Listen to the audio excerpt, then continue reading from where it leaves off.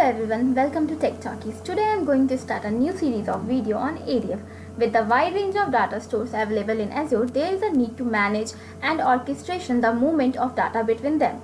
And you want to automate a regular process of data movement as a part of wider enterprise analytics solution. So coming to learning objectives, today we will understand Azure Data Factory and the other topics will be explained in the upcoming video, so stay tuned and press the bell icon.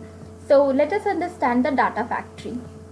The need to trigger the batch movement of data or to set up a regular schedule is a requirement for most analytics solution. ADF is a service that can be used to fulfill such a requirement. ADF provides a cloud-based data integration service that orchestrates the movement and transforms the data between various data stores and compute resources.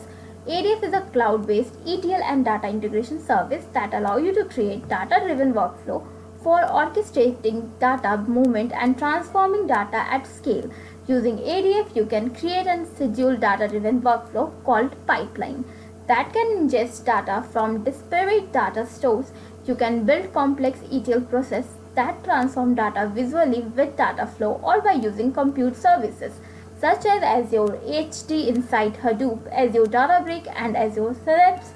Much of the functionality of Azure Data Factory appeared in Azure Synapse as a feature referred to as pipeline, which enable you to ingest data pipelines between SQL Pool, Spark Pool, and SQL Serverless, providing a one-stop shop for all your analytics needs. What is meant by orchestration?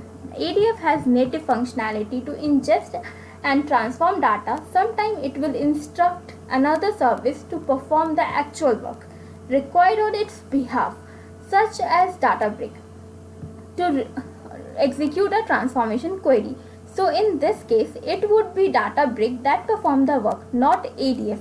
ADF merely orchestrates the execution of query and then provide the pipeline to move data onto the next step or destination.